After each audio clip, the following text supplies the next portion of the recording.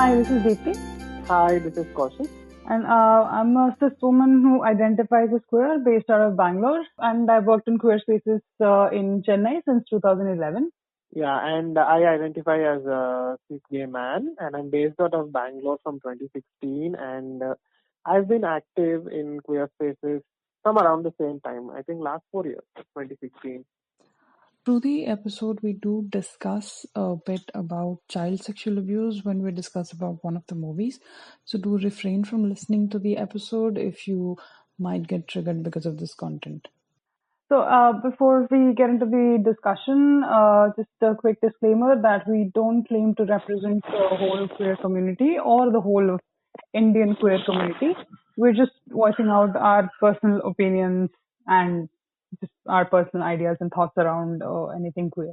Also, we'd like to state, and it's something important we state in all the episodes, that we acknowledge our privileges, both in terms of social and economic conditions, and also our other privileges for being cis, and taking all these into cognizance, we are ready to do the podcast.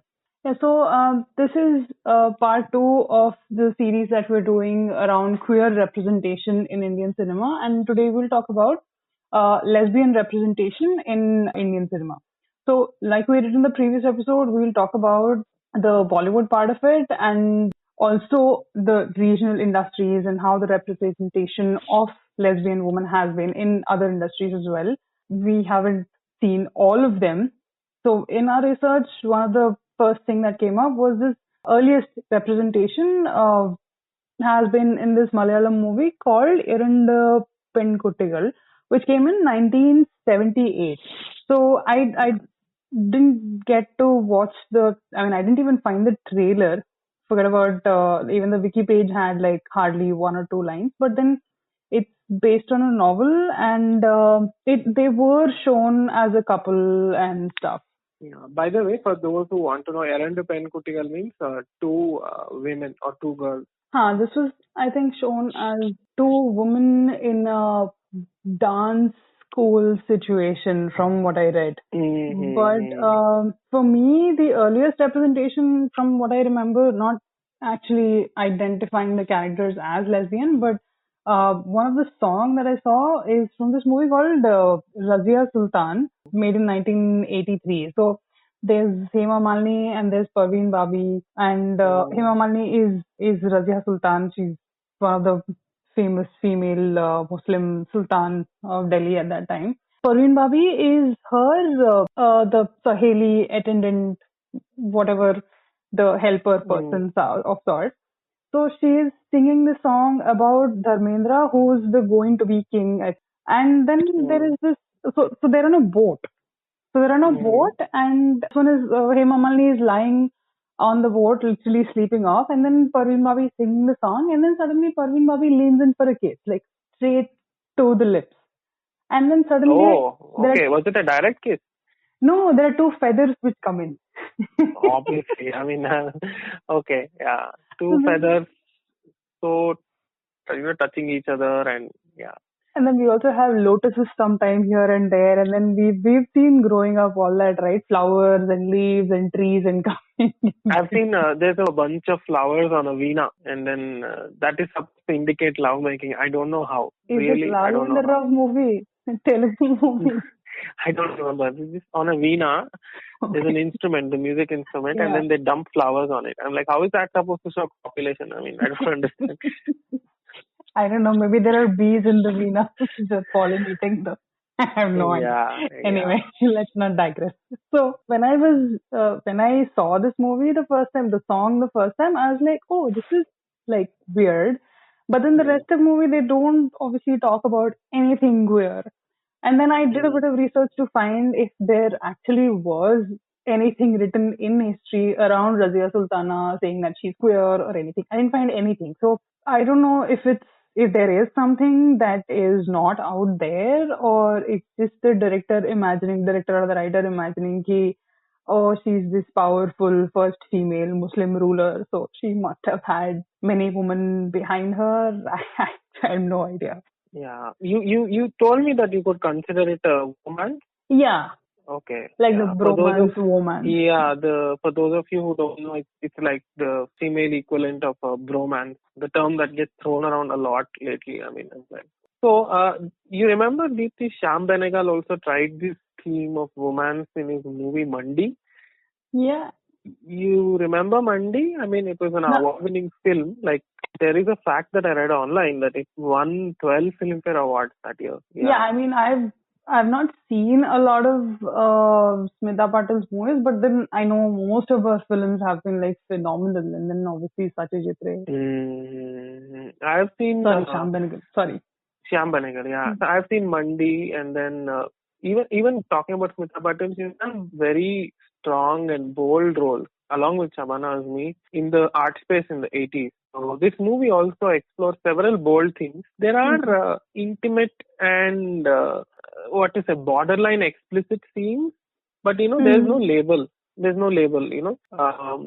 Two women kind of getting close to each other, expressing their solidarity with each other, and right, yeah. So I would class this under the same genre, woman. Yeah. But then, did Shyam Benegal's movie have flowers or feathers? Not Obviously, really. no. I think this was Obviously, more direct. Yeah. He right, didn't right. use all these euphemisms or metaphors of sex. I mean, as far as I know, okay, I don't want to generalize saying that he didn't use it for all films. He didn't use it in this film, as far as I know. But then the tone that he uses is also not something where he would need to use, is what I understand from his. That's true. That's true. The films are more realistic and gritty. They're not very artsy.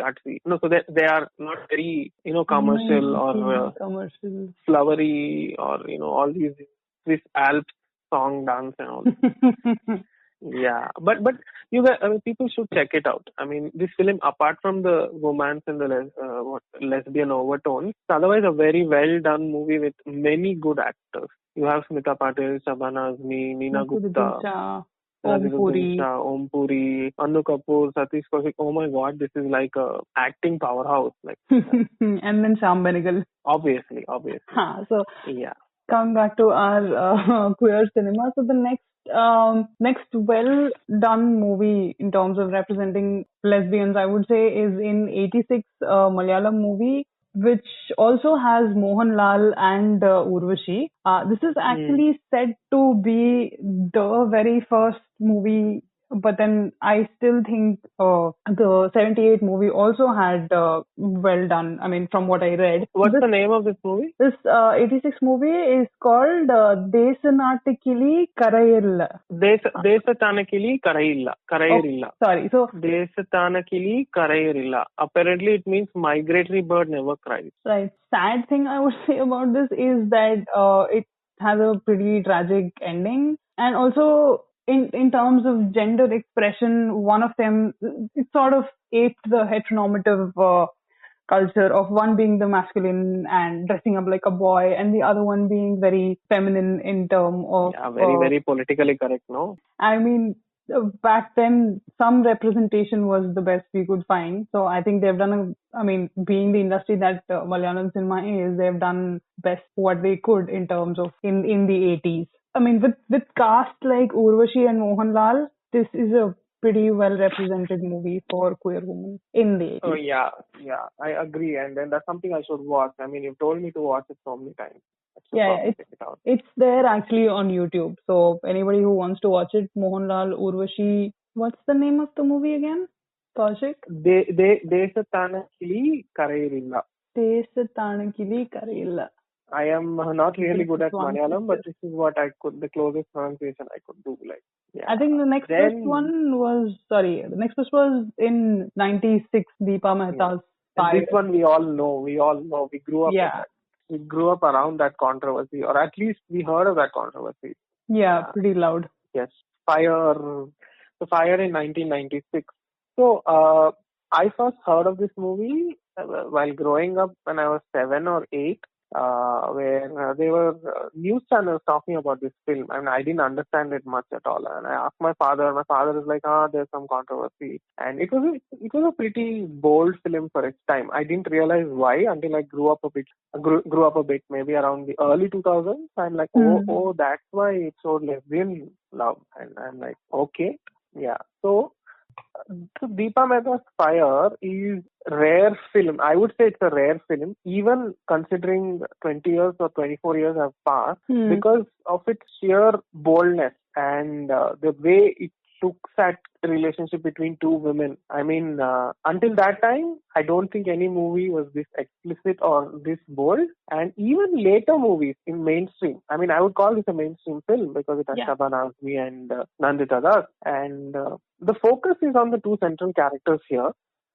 And it also looks at patriarchal structure and marginalization. The issues it covers are one, marital issues. The second is patriarchal outlook of married men. And it is said to be loosely based on Ismat Chughtai's. Is that how you pronounce it, Deepti? Chugta, yeah. Chugta. Ismat Chugta. Ismat Chugta's 1942 story called The Quilt. The Quilt or Lihaf. Okay, so if people want to read more about it, they can, because there's an interesting controversy around it as well. In that movie also, two women end up being intimate, and the consequences that lead to that, the consequences that are caused due to this are explored in this particular story. I mean, this was used as a base. Of course, the story is completely rewritten and remodeled to match current or the current situation.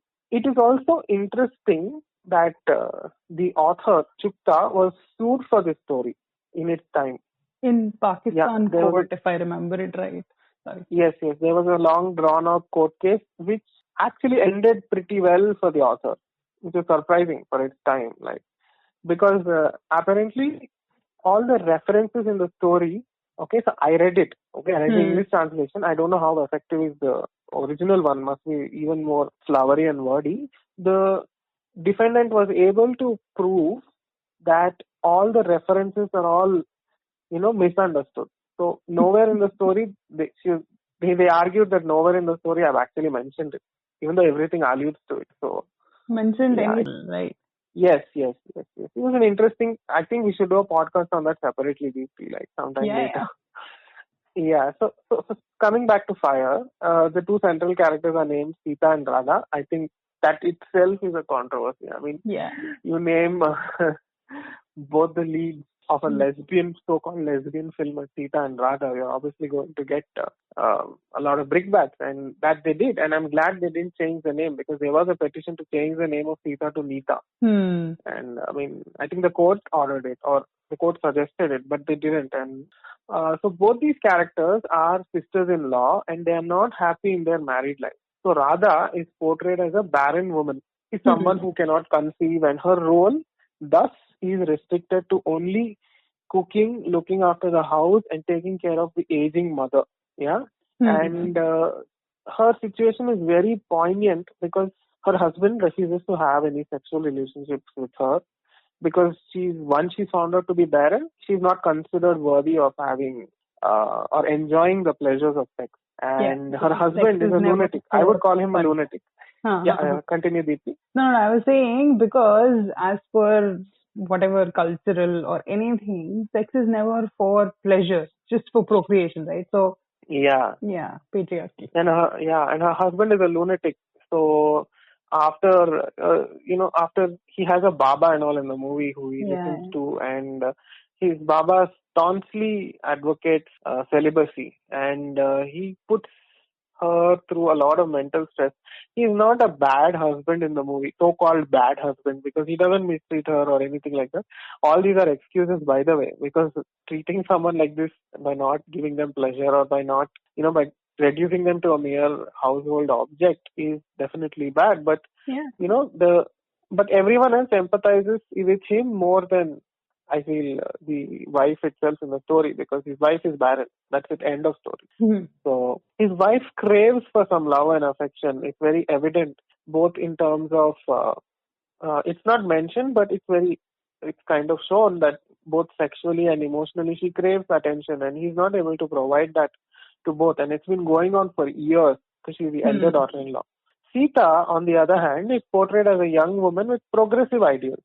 She's not known to take insults lightly, or she's not known to not known to bend without asking too many, without asking questions.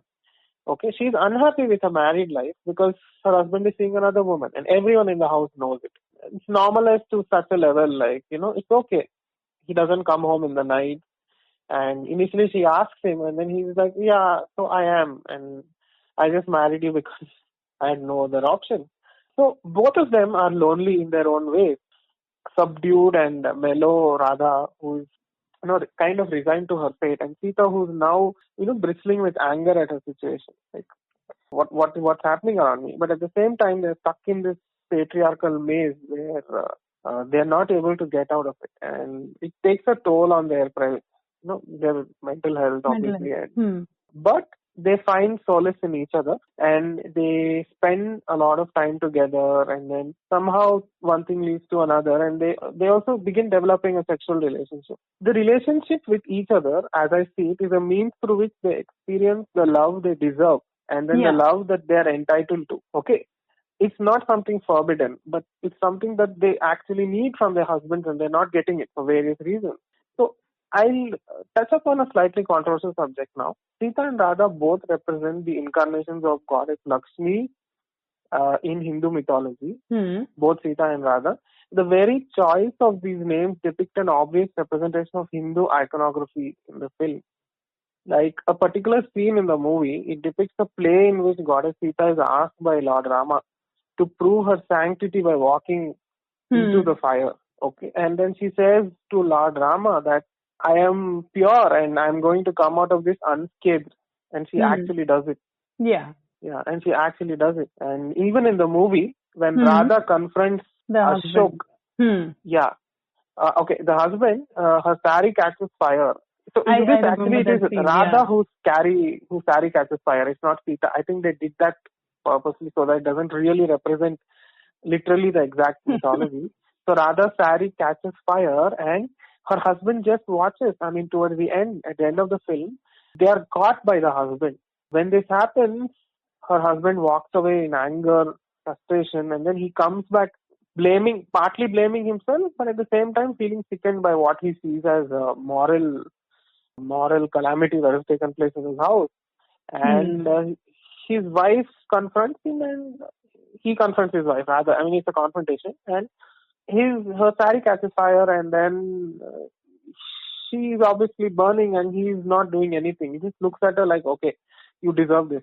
But towards the end, she puts out the fire and she comes out of it unscathed. And this is a symbolism in the film that Deepa Mehta is trying to show, that there was nothing wrong in the relationship or the kind of equation that she had with Sita. So Sita and Radha are a holy couple, or an accepted couple, because they did nothing wrong, and there's nothing wrong in having or seeking love from another woman, right? When they're deliberately being denied by their spouses who are to give them the love and warmth they deserve. Yeah. And at the same time, okay, this is something that we both discussed as well earlier. There is again, no labels used here, except that there's a particular scene in which they both are discussing, and then they're like, how do we explain this? How do we explain what we have? And, the kind of metaphors that they use. Do you think this movie is, like all movies in general, especially the older ones, deliberately keep certain labels ambiguous so that gives them more creative expression? See, again, language is a huge barrier in that sense, because I don't know if there are words for, say, lesbian or queer in Hindi. At least not as easily accessible to people in the working class. That is one. Somewhere filmmakers making it easy for themselves. I do agree, but I see language as much more a challenge for even the writer or a filmmaker to include that. Should somewhere be, I mean, the audience should understand it, right? So I think that becomes a much more challenging part in how I see it. I mean, than creative liberty. I think I agree with you. I think you put it really well. Yeah. So the positives of the movie, of course, I don't even have to mention. I mean, everyone is an acting powerhouse. Even Javed Jaffrey was brilliant in this movie as the wayward husband who doesn't, who seems disinterested, like completely.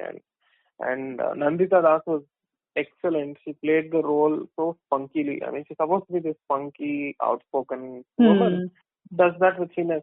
Yeah. Even Shabana Azmi as the older woman, she kind of also she had a tougher role. I mean, I think she also had a very tough role to play because she's someone who's acted in alternate films and has a high reputation in the industry. For someone to have done that role and done it so well, despite all the risks involved, I think it's definitely a I think for big plus. somebody, yeah, because I mean, if I mean, I've seen multiple interviews and behind the scenes and stuff.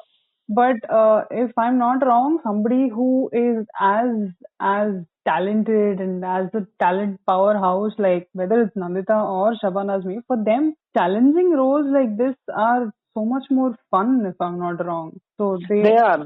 do That's it, true. they kill the roles, and as words can't really say it. But I think this movie for me, the first time I've heard it was because of all the controversies and all the people protesting and everything. But then much later when I started reading about it, I think one thing that it completely did was cut through the working class, because this is not some hi-fi elite privileged woman saying she's No trotting pure. lesbians falling for each Correct. other. No, Correct. It's like not very that. simple. It's like Yeah. right in the heart of whichever state that was. I mean, it's set in such a.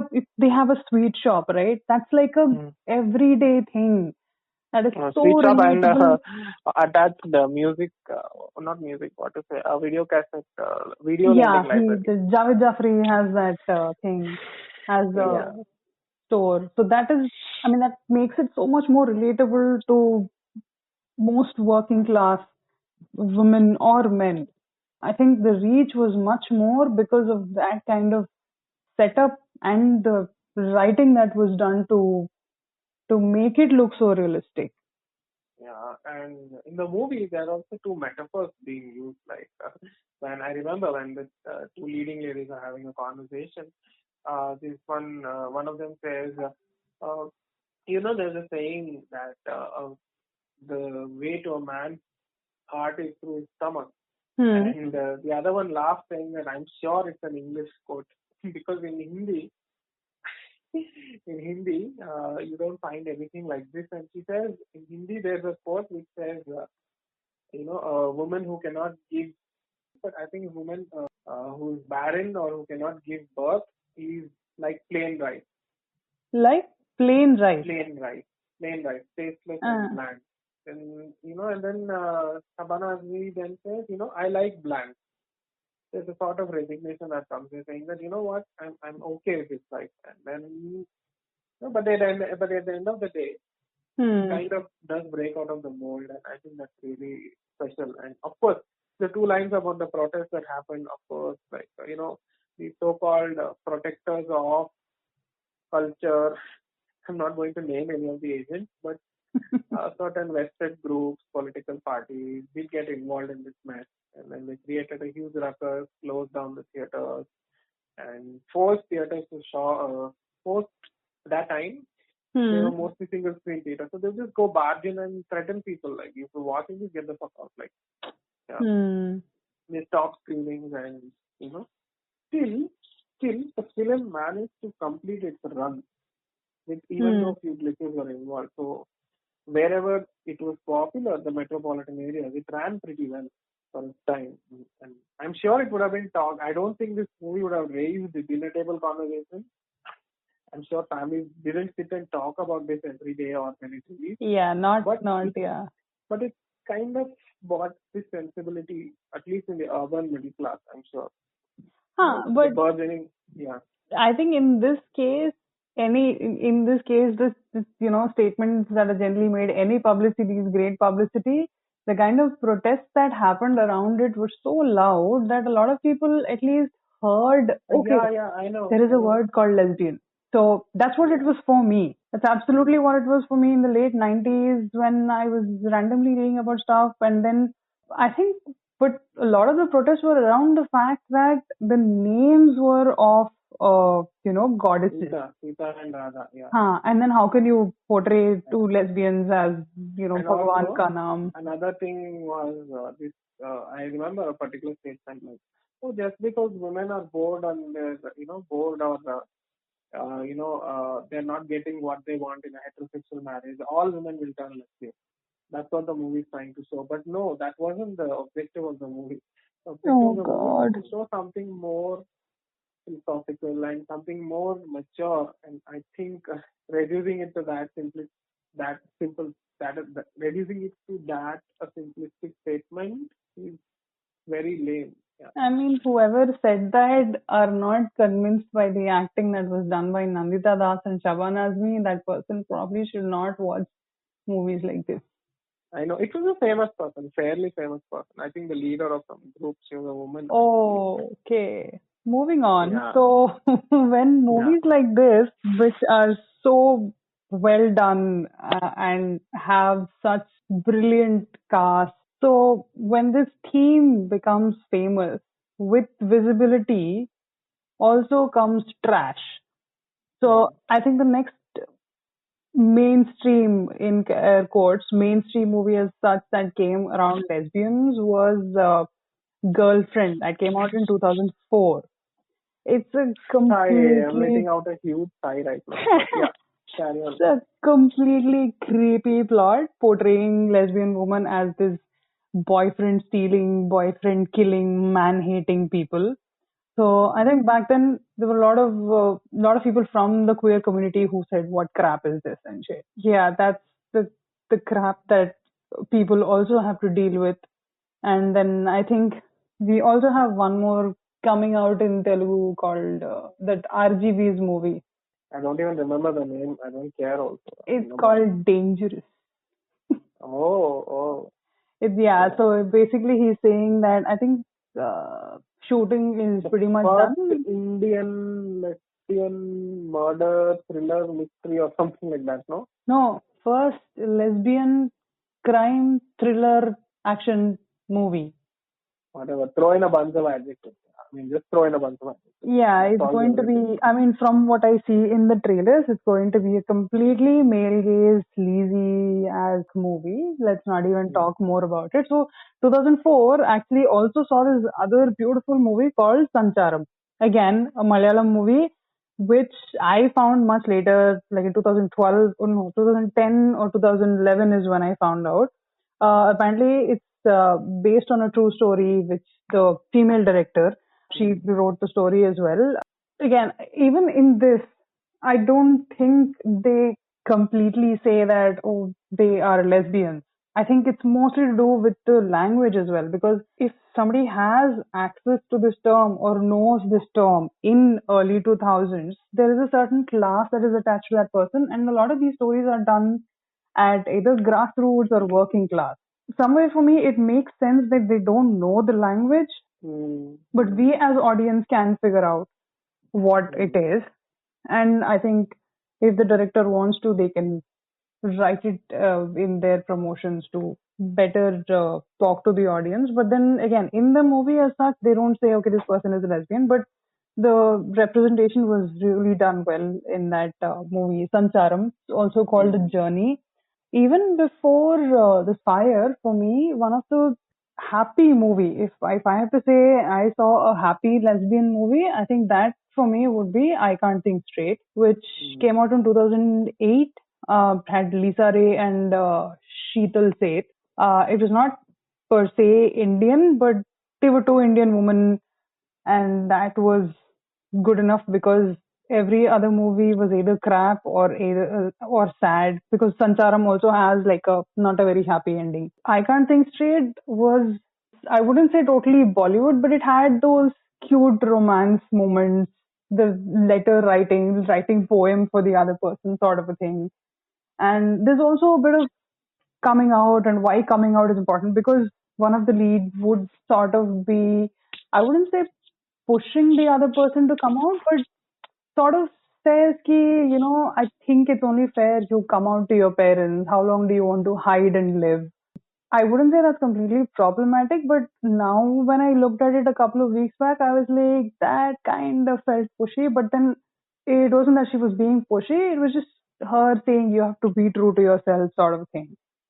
Yeah, she said it out of concern, not out of malice. Yeah. Yeah, the intention. So I think it was only done well because the whole team which did the movie was all like queer director, queer writer, queer producer.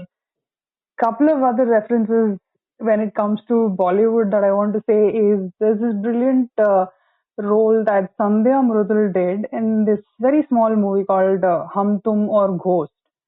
If I'm not wrong, that is Arshad Varsi's production, and he's the hero in the movie, and Sandhya Mrudul plays his friend. Not like a lead role, but then very neatly done queer role. There's a point where she comes out, and then that's about it. There's no more conversation about it and stuff. And you've seen Jaane Tu Ya Jaane Na, right? Yeah, So, yeah, yeah. do you know the queer side of it? At least in my head, I think it's queer. I think I do. The two of the girls, right? I mean, if I'm not wrong, one of them gets annoyed. No, no. Oh, no, I'm getting it wrong. I'm getting it wrong. Ha, I think I got it all mixed up. DC, you should tell. I think you're getting. I mean, it's that Genelia and Imran Khan's movie. No, I know that, and there are a Ha, bunch of friends with them also, right? yeah, Two yeah, yeah. friends. So one of them, one of the friends is that Sugandha Garg, whom I think is really really hot. So there is this one particular scene in that song "Pappu Can't Dance Sala" where she is dancing with this other random woman, not among the friends, but she's Yeah. very intimately dancing with this other woman. So I caught on to that, and nowhere in the rest of the movie is she seen paired with another guy or anything of that sort.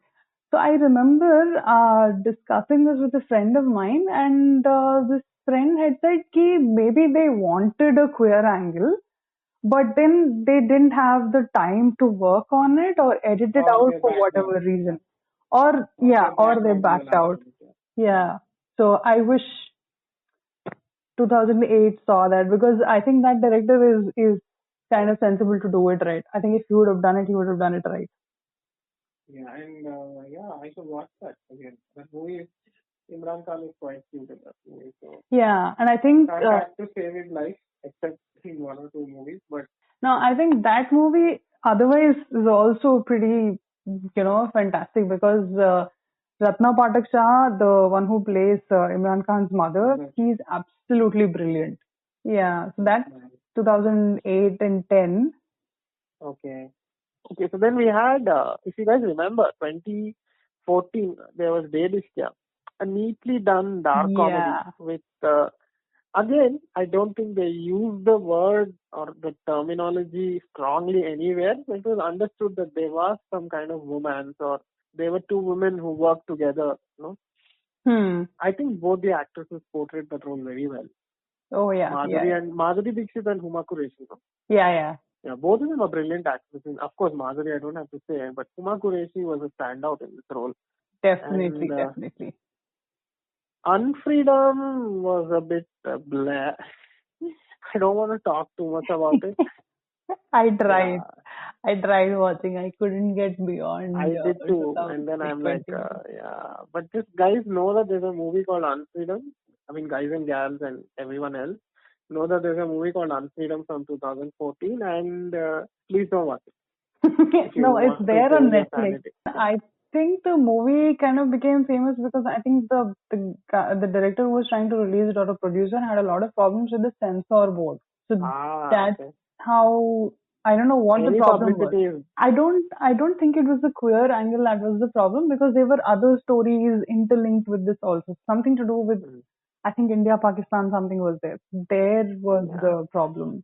So after Unfreedom, which I mean, people can watch it if they want to, and if they can, because I couldn't get past 20 minutes.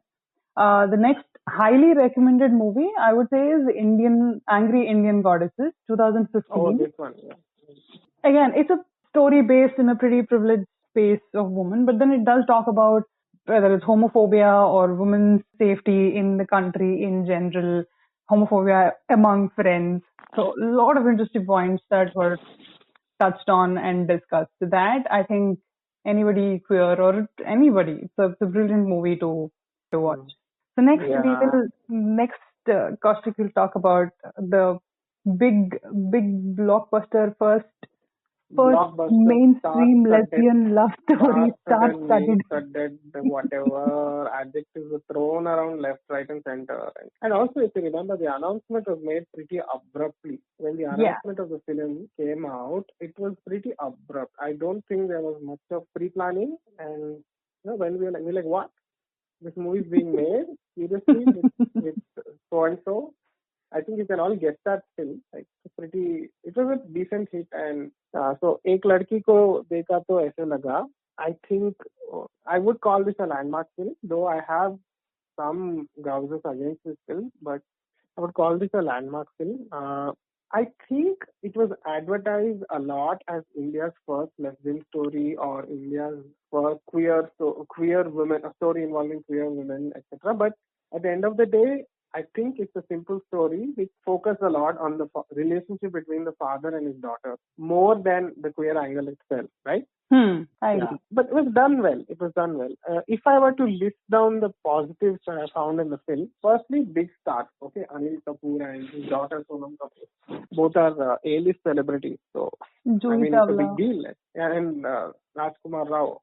Yeah. Second thing that I would say was something worth mentioning was it wasn't a very artsy film. Okay, guys don't come after me with chappals. I like art films, but there is a commercial aspect and there's a commercial appeal in this film as well. Because there is often this generalization that queer movies, in particular ones in art film circuits and in the film circuit, are in the film circuit business and in the film shows, they are very mellow and very intense. One of my gay friends made this joke once saying that no, in an art film, someone is going to die for sure. There's going to be some drama. The mother will disown the kid, and I thought he was being rude, but then I later thought about it and realized that I see where he's coming from. I can speak on behalf of my friends, at least the queer women and queer men that I've interacted with. Wanted something more mainstream, where they just go to the cinema theater and watch without being judged or without being made to feel like they lead the worst lives ever. So I think this film did that. Yeah. There was Shubmangal, the other Savdan too.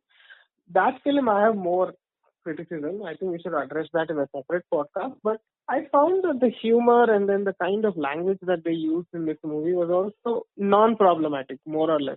Yeah. And the humor, I think that's something that me and Deepti discussed earlier, was it's okay to laugh with the film or with the actors, then laugh at the actors or what's being shown. So I think in this film that was captured pretty well. I mean, most of the jokes revolved not around making fun of the queer aspect or making fun of the queer relationship, but they were all situational and then, simple, funny jokes. Yeah. And then another point that I thought was very good was the romance, though it wasn't always the centerpiece of the movie, it was pretty neat and well done. The way Sonam and Regina met, I'm forgetting the movie names, so I'm using their real names, like Sonam and Regina met, and the way they bonded, and then the way, however briefly it was shown sensibly. Yeah. There wasn't a lot of drama, there wasn't a lot of of course there was a bit of singing and dancing and all, but I think it's okay. We can give them that because it's a Bollywood movie. Mainstream Bollywood needs that. Yeah. I wish it could have been slightly more detailed, maybe kind of showed little more intensity. But then again, like I said, I'm okay with it. Yeah. This is something, the next point that I'm going to say is something really important. The screenwriter, Ghazal Dhaliwal, I hope I'm saying the name right, is very vocal and out queer. This boils down to the importance of lived experiences and research into actual queer life. Research into actual queer life should be done, and then lived experiences should be visible. This is a tricky road to take, and you have to balance star power and visibility with lived experiences. But I think this movie, though they had a big star cast, they also had a queer screenwriter, and she's pretty out and loud, and it could be seen that she smoothened all the rough edges. What could have been potential rough edges, and it doesn't always happen. You should remember this. the last thing was supporting characters weren't necessarily homophobic. They weren't shown to be extraordinarily homophobic or, I'm going to disown you or I'm going to suck you out. No, I mean, they were supportive and of course, I found it a bit too vanilla sometimes. But there wasn't anything negative and, it was a pleasant watch and sometimes you do need pleasant watches. Yeah. Now coming to some, I won't call them problems or negatives, but some of the things that I felt could have been handled better. At the end of the day, Sonam Kapoor is a damsel in distress in the movie, and who helps her? Rajkumar Rao. He flies all the way, fights rowdies, runs around, and all for Sonam Kapoor who's stuck in a cage. I mean, at one point in the movie, I thought, why couldn't she just leave and do it on her own? I mean, I understand she was stuck. You agree with me, Nodisi? Like, yeah. And why should straight men always feel the need to rescue and salvage situations? Like straight male leads. Like, I mean, you can let the girls do their work too in the movie. I mean, I think if not that, they won't have a role in the movie. Yeah, I mean, I don't know. Like, I found the emphasis on Rajkumar Rao to be a bit annoying. I'm sure he's a splendid actor and he's done this role well too. But sometimes I felt that he's kind of given the god status in the movie, the one who does this at the end of the day. Enables everything to fall into place. Could have been done by another woman as well, or done by Sonam herself, or her girlfriend, for that matter. Yeah, Sonam herself would have been nicer. Yeah, and sometimes in the film, okay, I might sound like I'm contradicting what I said earlier, but sometimes in the film, I felt that the queer angle was subsumed by the father-daughter relationship, with the emotions and all. But of course, I did mention that this shows a father-daughter relationship better. The focus is also on the father-daughter relationship centrally, and I think it's okay. But at times, no. Again, maybe they could have shown more intensity into the queer angle. I mean, all in all, I give this a positive. I mean, I have a positive verdict for this movie. It came at an important time when we are at the cusp. The community is at the on the brink of really breaking free, and then we had the verdict in 2018. Of course, listen to that podcast as well. We have a podcast on that. Yeah. There was a verdict, and there's talk about marriage equality now. I'm sure it's going to take time, but all these things are happening. So we're in a very happening time, and we're glad this movie happened. And it was done well. Personally, if you ask me why it was done well, it was done. Wholly the writing, and then the writing that was done by somebody who knows what they're doing, knows how to write, knows the queer emotions, queer angle, whatever, wherever is needed, she did it perfectly well. There's always the discussion, right? So queer stories should only be written by queer people. I mean, not necessarily, but collaborate enough, consult enough to understand what it is, where the angst is, where the emotions are. Collaborate at least. I mean, if you can't be sensitive yourself, at least know that, be aware of that problem and then talk to people about it. It's not very difficult. You have a lot of queer people who are out and proud and doing a lot of. Yeah, I mean, it's not everybody is that open to saying, I need to learn about their emotions, consult, talk to them, understand them to write. No, I will imagine and write. No, if you imagine and write, I don't know, shit like girlfriend will only come out. I mean, generalizing because I'm kind of angry, but no, that's movie city. I agree. Yeah. No, I'm somewhere generalizing because I'm sure there are some people who have that kind of imagination, but I'm just pissed at the representation. They'll make up their own definition of lesbian and gay in the head and write like fantastical stories about murder, mystery and all, and they'll not even capture the essence. Fantastic in their head. Fantastical, fantastical, yeah. Okay. Anyway, so moving on to the next section, we'll talk about non-Bollywood movies because India has so many other industries like and Tollywood. We both are Telugu. Shit, I was going to do a joke. So India has other industries apart from Bollywood like Tollywood, Collywood and Sandalwood. Did you know Kannada industry is called Sandalwood? Yeah, of course. I mean, I've been brought up in Bangalore. You don't underestimate my. Okay. I found out about. I don't have a pea brain. Didn't mean it like that. I found out a few years back, and I was like, Sandalwood, sure. Yeah, because Collywood is stolen by Tamil, no, like. Stolen. Okay. Everybody stole Yeah. from Hollywood, but then yeah. No, see, so Collywood, Hmm. what What Tollywood, Hollywood? right? Huh. Tollywood. So Telugu took Tollywood first. So Tamils couldn't use the T, and then they Huh. took the K from Karnataka, so it became Collywood. No, Karnataka did not have anything. It's all because of Telugu. Yeah. Sure. And you're also So Telugu. Anyway, yeah. moving on. Yeah. So okay, there's this movie called Satyavati. I wouldn't say it's one of the earliest. I don't think there was anything before 2016. No, there are, but they're all crap anyway. So 2016 saw a movie called Satyavati, which was about corrective rape. So Oh, this is, I mean, I've seen the trailer. Trailer seemed very painful in the sense, like, I'm not very comfortable the way a lot of men depict rape scenes. mm, And it's a female director, but then somewhere she chose to show it painfully, which was not a very happy thing. So I've never really gotten. I mean, I saw the trailer. I was like, I know enough about it. I don't want to see the movie. So corrective rape is basically where a woman, a lesbian woman, comes out to their family and somebody in the family rapes the woman. Typically, it's somebody in the family rapes the woman in an attempt to make them straight. If that, not that it's possible, but then it was a crowd-funded movie. oh, crowdfunded. God, Yeah, yeah. God, who gave money to that?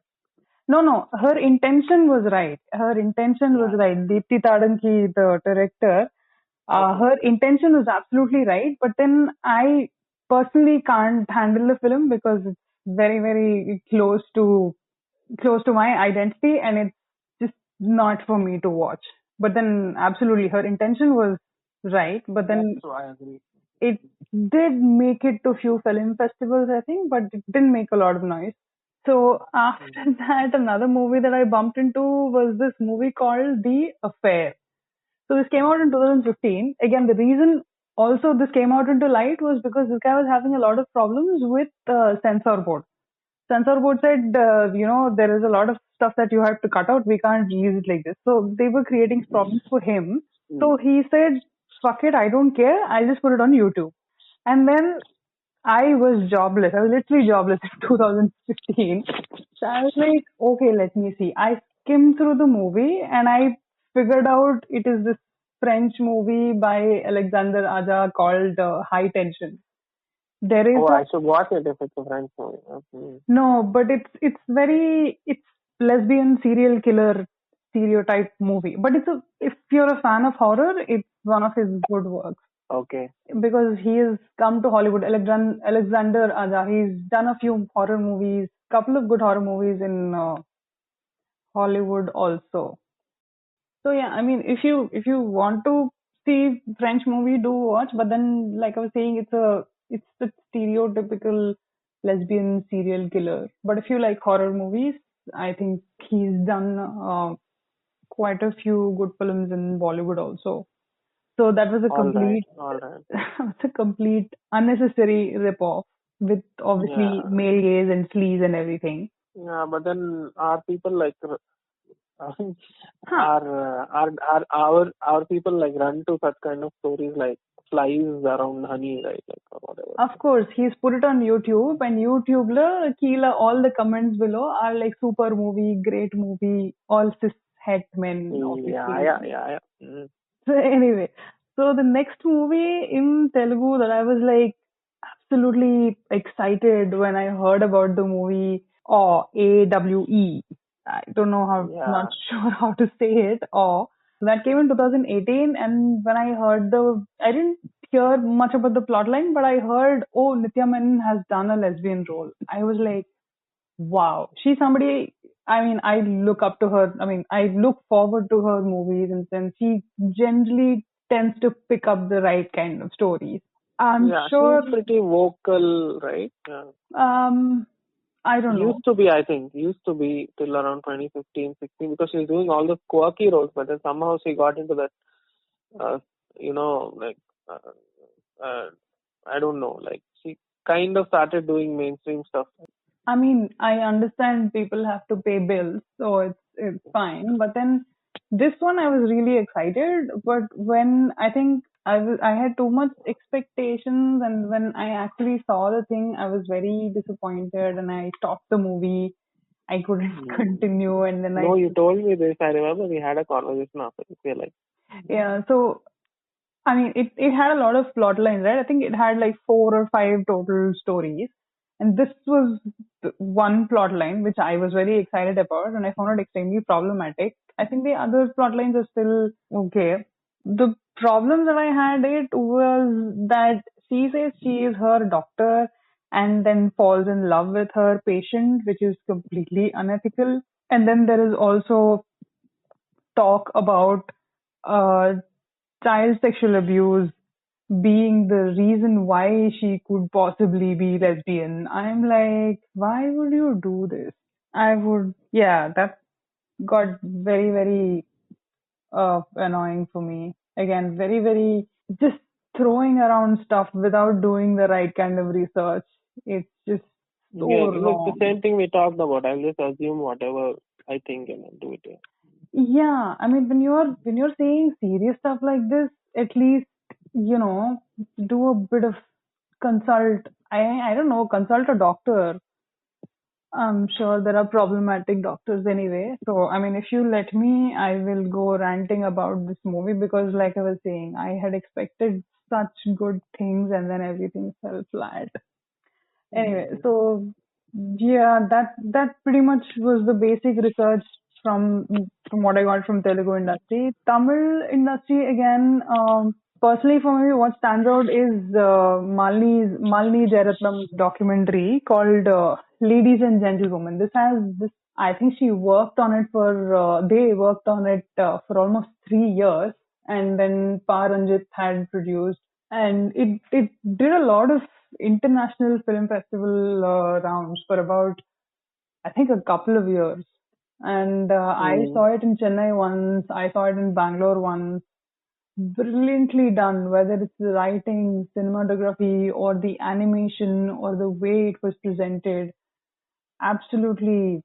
But then again, it's not a mainstream movie. It's more like it is a documentary. But then yeah, movies as such, there's nothing great to mention in the mainstream Hollywood. Yeah, there was this one film called Kattumaram, no? I don't think it's a mainstream film. Has it been released in theaters? No, right? No, not in India. Yeah, and I think the movie was very well done. Very well done. Like, I think Miskin, who is also a very famous director, has played a major role in this film, and he plays the uncle of a poor fisherwoman. And this fisherwoman falls in love with a visiting teacher, I think, teacher or someone. Photographer. Yes, she teaches photography, to kids in the school, or and they meet and then they have this bond, and how this is expressed forms the crux of the film. It's very well done. Yeah. And very sensitively handled, and even the uncle, the person who plays the uncle, Miskin has done a really good job, and I was a bit surprised. Like Miskin has agreed to do something so unorthodox, but yeah, maybe people are also changing with time. So. Yeah, but then this movie again is set in the working class space. Yeah. And it is set also very well. It didn't feel out of place anywhere. No, not at all. Yeah, it's captured the fisher folk culture very well, and it's the kind of tsunami situation also.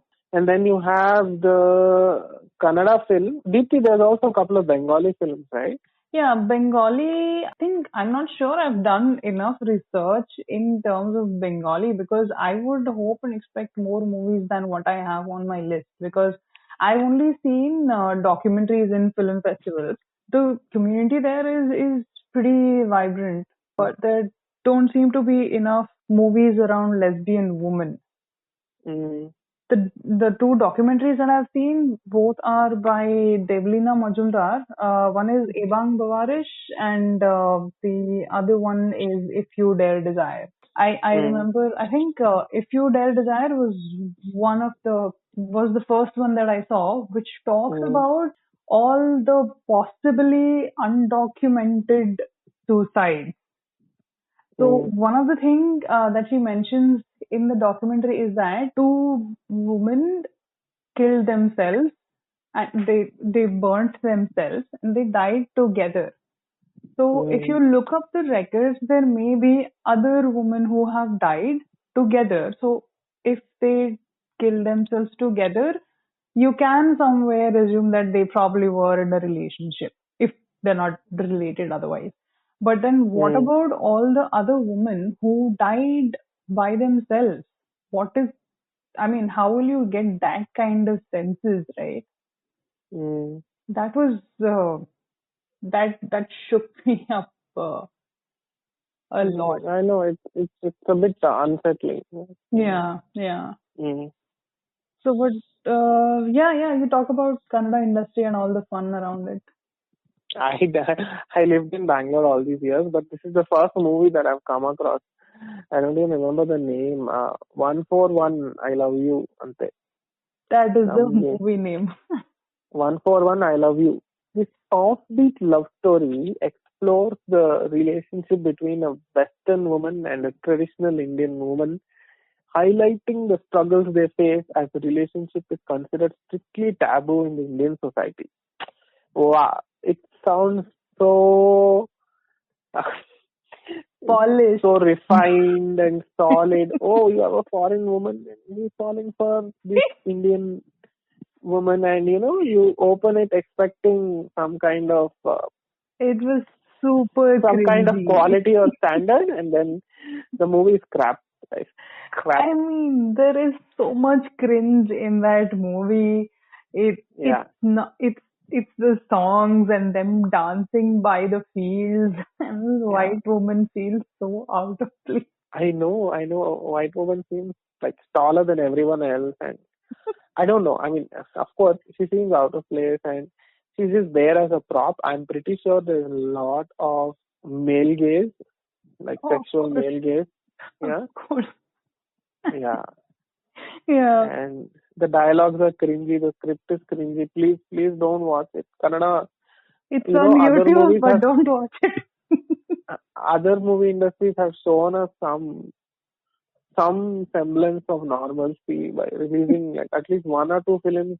If partly problematic, they're at least out there. But this movie, please don't watch it. That's what I was telling you. I know Kannada industry is, I mean, in comparison, is not that great when it comes to movies. But then this was, I won't say not great. The problem with Kannada industry is it's very small in terms of. I think budgets and creativity. Budget constraints always lead to creativity constraints, and creativity constraints lead to this kind of crap being made. Yeah. No, but then this movie looked like it had decent amount of money. Yeah, I mean, to bring in a foreign star and all. I'm pretty sure she wasn't a star. Probably some lady working somewhere abroad. Okay, let's not bitch about the movie. I think you got the message. Like the viewers got the message. Yeah. The listeners. Yeah. So let's move on from one Kannada cringe to a much better Kannada part of lesbian representation, which was, I think this came out 3 or 4 years back. It's a web series. It's all out there on YouTube, directed by Rupa Rao. This was set in the 90s, late 90s and early 2000s. And I think this came in 2016. This was two people meeting when they're in the same college and then slowly bonding and then falling in love and discovering love. It's so beautifully done over 12 episodes. And there is a bit of Kannada, there's a bit of Hindi, there's a bit of English. It feels, it flows very naturally in that sense. Is one web series which has done really well.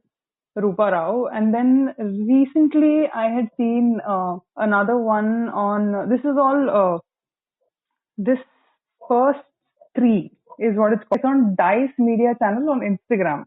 The structure of this Dice Media thing is also very different. It's all 1 minute episodes and it's all on Instagram. I think a compilation is there on YouTube, but they pretty much released it on Insta.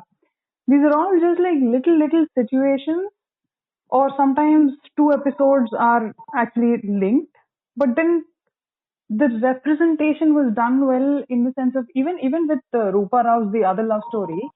What I liked specifically is that there is no one person who is boyish, short hair, and masculine presenting. There isn't that representation, which was very nice to see.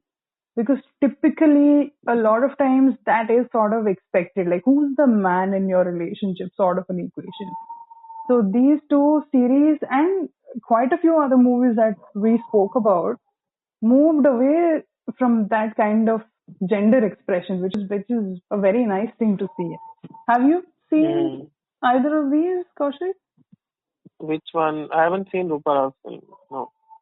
Okay, that's a series on YouTube. Okay. I haven't.